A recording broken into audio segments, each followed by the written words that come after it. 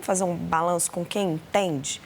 Vamos conversar sobre a participação do presidente Lula, sobre os principais acontecimentos desse G7, com o professor de Relações Internacionais do IBMEC, professor Alexandre Pires. Professor, seja muito bem-vindo ao Poder Expresso, um prazer conversar com o senhor.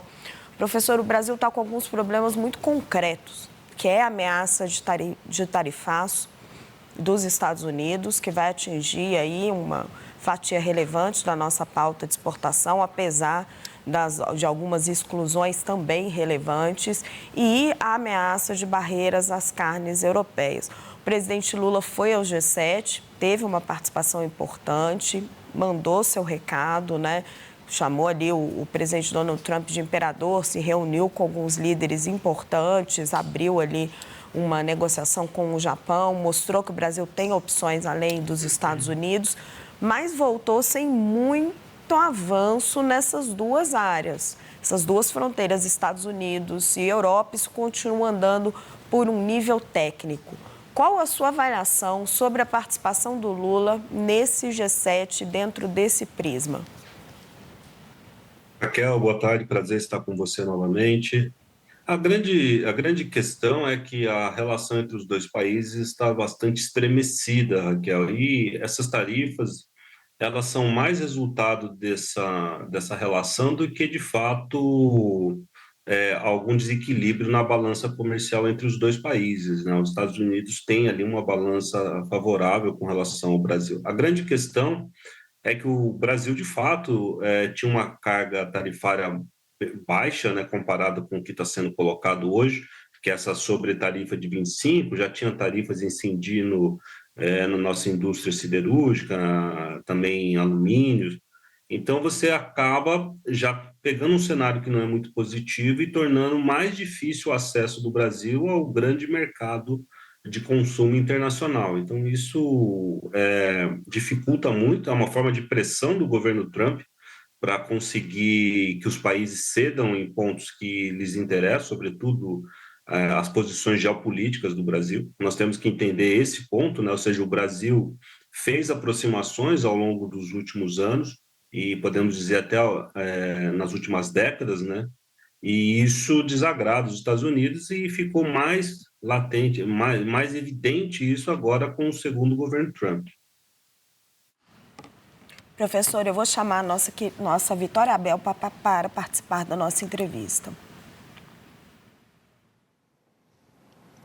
Professor, eu queria entender justamente essa postura que o presidente Lula adota no discurso para dentro do Brasil, né, para a imprensa, para os seus apoiadores, de enfrentamento aos Estados Unidos, e o discurso que ele adota na diplomacia, nos eventos internacionais.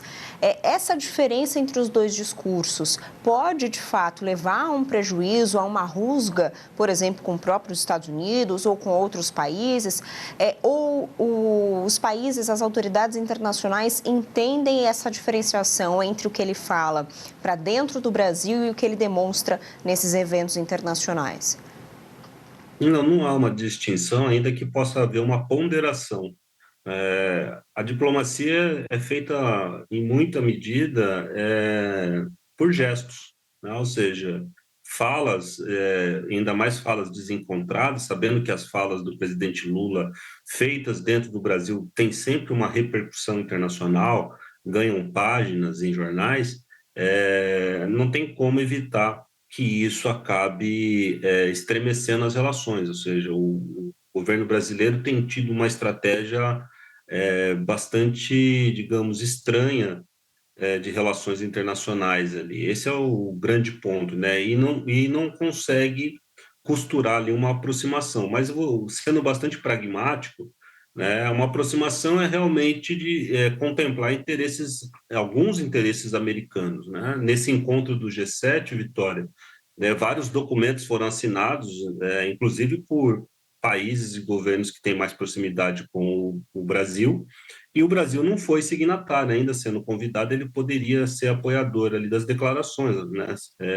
Ficamos, acho que, em 3 apoios, e isso é muito pouco, né? Ou seja, você participa do encontro e não concorda ali com as declarações do encontro, né? Isso acaba alijando o Brasil desse papel que o presidente Lula tanto quer de um mediador ali internacional. Professor, vou chamar a Basília Rodrigues para participar dessa conversa.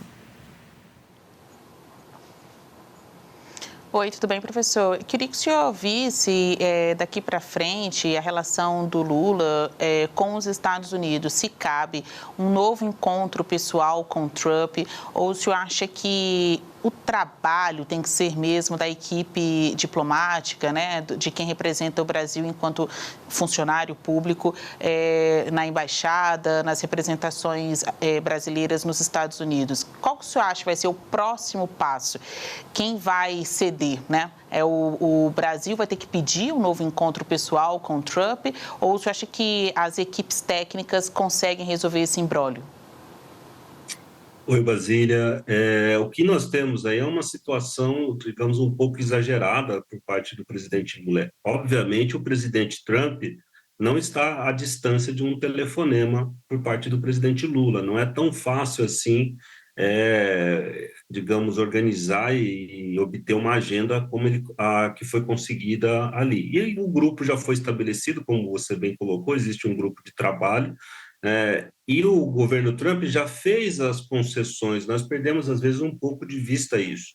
Né? Quais são as concessões? Eram aqueles produtos brasileiros que pesavam no bolso do americano. Café e outros produtos que o Brasil é um grande produtor e os Estados Unidos não produzem, não tem concorrência ali com o Brasil. Disso, né, para mais alguma coisa, é muito difícil que os Estados Unidos cedam. E aí tem um ponto preocupante que eu queria levantar para vocês, é que o Brasil, os Estados Unidos não são importantes para nós exportarmos as nossas commodities, nossos bens primários. Os Estados Unidos são importantes para nós exportarmos os nossos bens de maior valor agregado, né? Esse mercado é interessante. E muito do que nós queremos exportar para os outros países com valor agregado depende também de tecnologia americana em grande medida. Então, esse estremecimento aí complica demais a indústria nacional. Agora, como que o governo brasileiro vai equacionar isso em ano eleitoral? Difícil saber. Eu acredito que não tem uma solução ali à vista, né? Vai ter uma questão pragmática de negociações técnicas, mas parece que a solução não vem, ainda mais como vocês noticiaram aí antes da minha fala, o governo Trump está monitorando, né, a atividade política brasileira, né? Ou seja, está sabendo o que acontece, como que os grupos estão se posicionando, e isso dificulta demais a busca ali por uma solução. Era exatamente sobre isso que eu queria perguntar, professor. O quanto a ação da família Bolsonaro, que passa todas essas informações para os funcionários do Departamento de Estado americano e que, por sua vez, esses funcionários fazem chegar isso ao governo Donald Trump, incluindo o secretário de Estado, Marco Rubio, prejudica essas relações entre Brasil e Estados Unidos? Não só as ações, digamos ali, da própria família Bolsonaro, buscando um apoio internacional nas lideranças americanas e no governo Trump em particular, prejudica, né, dificulta, né, é um grande ruído. Mas as ações do governo brasileiro na sua versão expandida, né, ações do judiciário, isso acaba gerando o que vocês colocavam também antes da minha fala, né, que é uma dificuldade de entender o que está acontecendo, né? Porque em diplomacia, algumas coisas que vão acontecer ou acontecem, elas são informadas, né? Ou seja, o governo tem um certo protagonismo, né? Ou seja, procura o embaixador, explica o que aconteceu, né? Tenta mandar um sinal ali claro do que está acontecendo. E o Brasil, ele teria um papel que eu colocaria para vocês três, que não é sentar à mesa com esses países do G7, né? O Brasil é um representante regional, né? E o esforço que o Brasil tem feito regionalmente para contemplar interesses europeus e americanos, sobretudo nessas questões mais delicadas mesmo, tráfico de pessoas, tráfico de drogas, questões de propriedade intelectual, entre outras coisas, questões políticas, sistema democrático, o Brasil tem feito pouco esforço interno aqui, né? Ou seja, o Brasil não está mais articulando a América do Sul. Então, isso diminui muito a nossa moeda de troca ali e nosso poder de mediação. E, professor, só para encerrar, O presidente Zelensky da Ucrânia teve uma reunião com o presidente Lula, né? Pediu por essa reunião bilateral. Só que nós estamos muito longe dessa guerra da Ucrânia. Em que medida o Brasil pode colaborar para a solução desse conflito que se arrasta há tanto tempo? O mais extremo era o Brasil se, digamos ali, alinhar com essas medidas de, digamos, retaliação, né, de sanções à Rússia. Mas essa medida não faria muito sentido. O que o Brasil poderia fazer é ter uma fala mais clara com relação a algo que o Brasil sempre defendeu, né, que é a integridade territorial, né, e a soberania. Ou seja, com relação à Ucrânia, o Brasil não tem uma fala tão contundente, que inclusive seria muito mais alinhada aos europeus do que ao Donald Trump, apesar que nesse G7 tudo indica que a posição americana mudou e a questão da integridade territorial ucraniana está sendo, digamos ali, defendida agora pelos Estados Unidos. O Brasil tinha que fazer um discurso desse, tentar articular com os vizinhos, né, sul-americanos, uma ação ali, pelo menos, um discurso mais contundente com relação a essa guerra. O Brasil perdeu essa capacidade, e só para dar um dado para vocês, o Brasil, do ponto de vista geopolítico, está praticamente isolado na América do Sul, né? Os Estados Unidos, nesse um ano aí de governo Trump, conseguiram alinhar boa parte dos países aos interesses americanos, né? Sobra a Colômbia, né? Venezuela, ali por uma ação bastante hostil, foi também, capitulou, né? Acabou se dobrando ali os interesses americanos. Então, o Brasil tem que se reorganizar para tentar voltar a ter uma voz de influência com legitimidade, porque a nossa legitimidade não vem do povo brasileiro, né? Vem dessa representação dos interesses sul-americanos. Quero agradecer muito ao professor Alexandre Pires. O professor é professor de Relações Internacionais do IBMEC. Professor, muito obrigada por estar de novo aqui conosco no Poder Expresso.